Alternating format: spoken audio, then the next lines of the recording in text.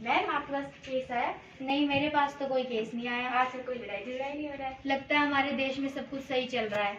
हाँ, इसका मतलब मेरे पास भी कोई केस नहीं आ रहा। इसका मतलब यही है कि हमारे देश में सब कुछ ठीक है। अरे देखो, इस बोर्ड में पैन इंडिया आउटरीच क्या है? लिखा है। चलो हम गांव में चलते हैं, सबसे पहले माओ के पास किचन में।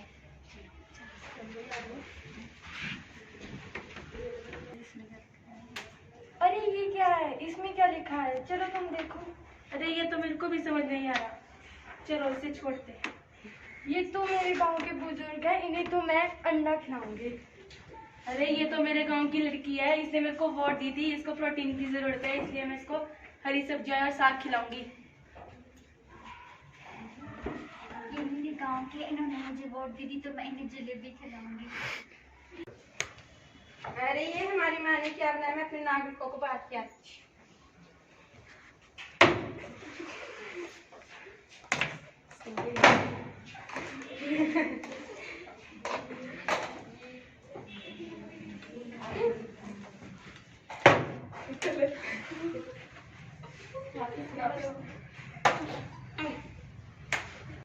नमस्कार।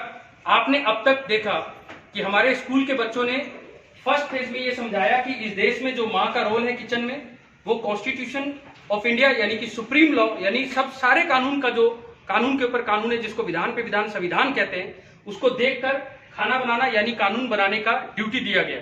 आपने पहले रोल में देखा जब सब कुछ ठीक था, वो माँ खाना बना रही थी संविधान को देख के, बहन यानी एग्जीक्यूटिव यानी एसडीएम डीसी पुलिस परोस रहे थे और सिटीजन अपने हक का खा रहे थे।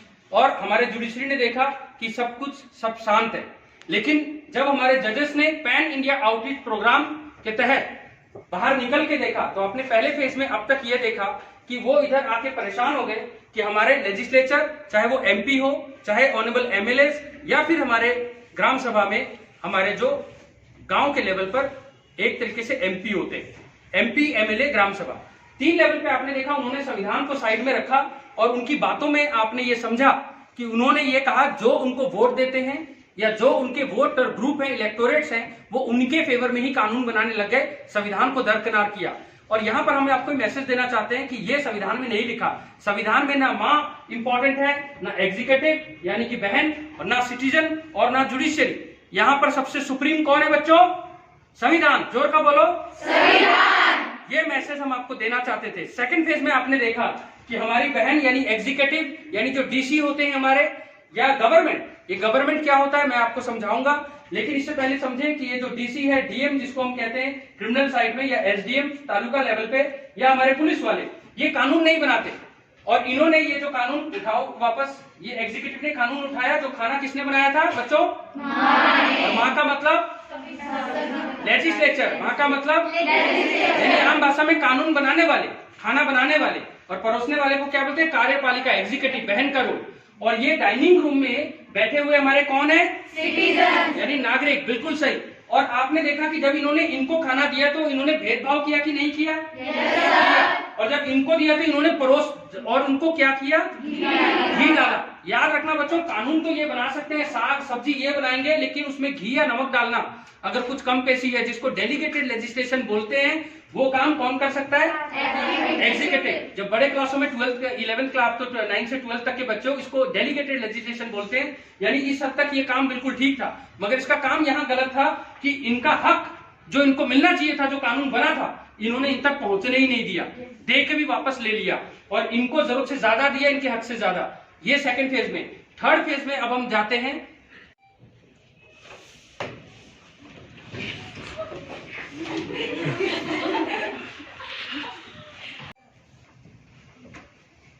अरे क्या हुआ, क्यों रो रहे हो? एक अंकल ने मेरा खाना ले लिया और मैं 3 दिन से मैं भूखी हूँ, मैंने कुछ भी नहीं खाया। अरे तुम रो क्यों रही हो? मैंने सुना है नहाने में एक जज बैठते हैं और चश्मा लगा के, उनके पास जाके क्यों नहीं जाते तुम? अरे ऐसा कोई नहीं सुनता है हमारी। तो तुम लेटर लिखो। पर ऐसा लिखने से क्या होगा? लेटर लिखोगे तो फिर एक अंकल ने मेरा खाना ले लिया और मैं 3 दिन से भूखी हूँ।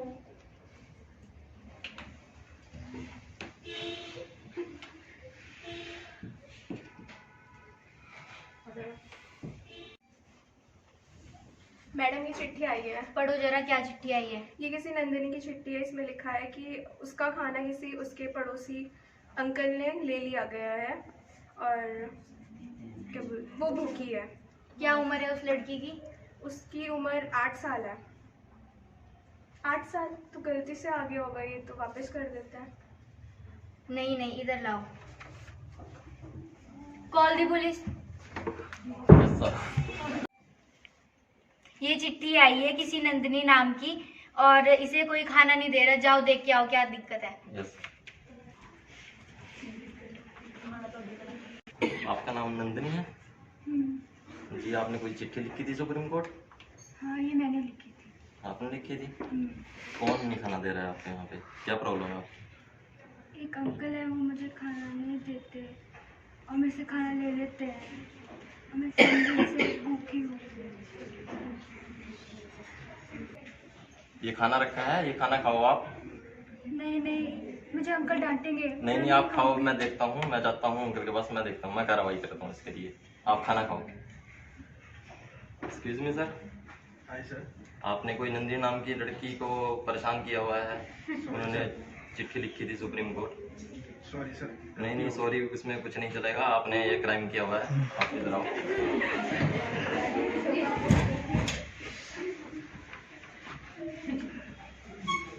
आप यहीं हवालात में ही रहेंगे अभी, जब तक जज साहब आपको यहाँ से रिहाई ना दे या कुछ भी, जब तक आप इधर रहेंगे।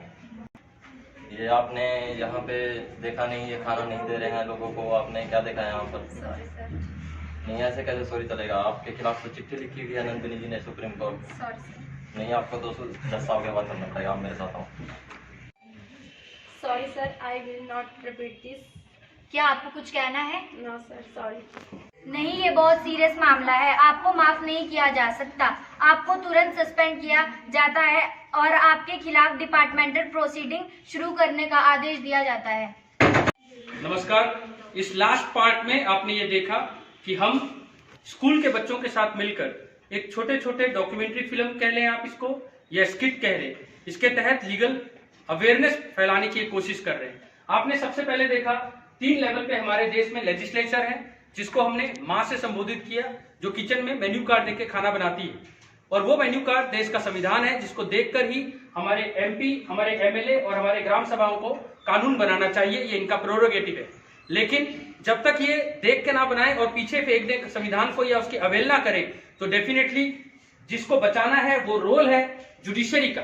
जुडिशरी भी हमारे देश में 3 लेवल पे आपने देखा, honourable supreme court, honourable high court and ये हमारे ऑनरेबल ट्रायल कोर्ट्स हैं। ये 3 लेवल पे आपने देखा। फिर आपने देखा कि जो भी ये कानून बना देते हैं संविधान को देख के, तो वहां पर परोसने के लिए यानी उस कानून को एग्जीक्यूट करने के लिए कार्यपालिका यानी कि एग्जीक्यूटिव है। इन्हीं एग्जीक्यूटिव को हम गवर्नमेंट कहते हैं। ये गवर्नमेंट कैसे बनता है पहले इसको जाने।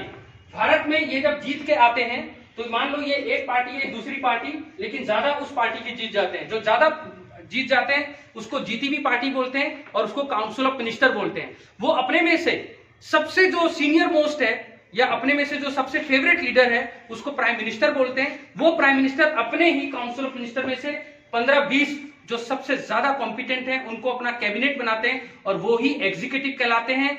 क्योंकि वो केवल 5 साल के एग्जीक्यूटिव है, उनको टेम्पररी एग्जीक्यूटिव कहा जाता है। बच्चों ये बात समझ आ रही है आपको? यानी कि जो माँ थी वो बहन के रोल में आ जाती है जीतने के बाद, क्योंकि बहन के रोल में अभी तक हमने देखा कि पुलिस वाले हैं, एसडीएम है, डीएम है, लेकिन मैंने आपको यहाँ एक हैरान परेशान करने वाली बात बताई। और इसीलिए भारत जो है एक कॉम्प्लेक्स कंट्री है, आपको ये सिस्टम समझना पड़ेगा। जो अब तक कानून बनाने के लिए जिनको भेजा गया था उसमें जो मेजोरिटी पार्टी थी उसकी काउंसिल ऑफ मिनिस्ट्री ने अपना एक प्राइम मिनिस्टर और कैबिनेट बनाया, वो गवर्नमेंट कहलाती है। पता लगा सरकार कौन होती है? भारत सरकार। ये भारत सरकार क्योंकि 5 साल के लिए कार्यपालिका होती है, इसको हम टेम्पररी एग्जीक्यूटिव कहते हैं। लेकिन यूपीएससी का एग्जाम देके या हिमाचल प्रदेश पब्लिक सर्विस का एग्जाम देके जो आईएएस ऑफिसर जो सिविल साइड में डिस्ट्रिक्ट कमिश्नर और रेवेन्यू साइड में कलेक्टर, वो क्रिमिनल साइड में डिस्ट्रिक्ट मजिस्ट्रेट कहलाता है। तो प्राइम मिनिस्टर साहब पूरे लॉ एंड ऑर्डर को देखते हैं और वो चीफ मिनिस्टर साहब स्टेट लेवल पे देखते हैं और प्रधान जी गांव के लेवल पे।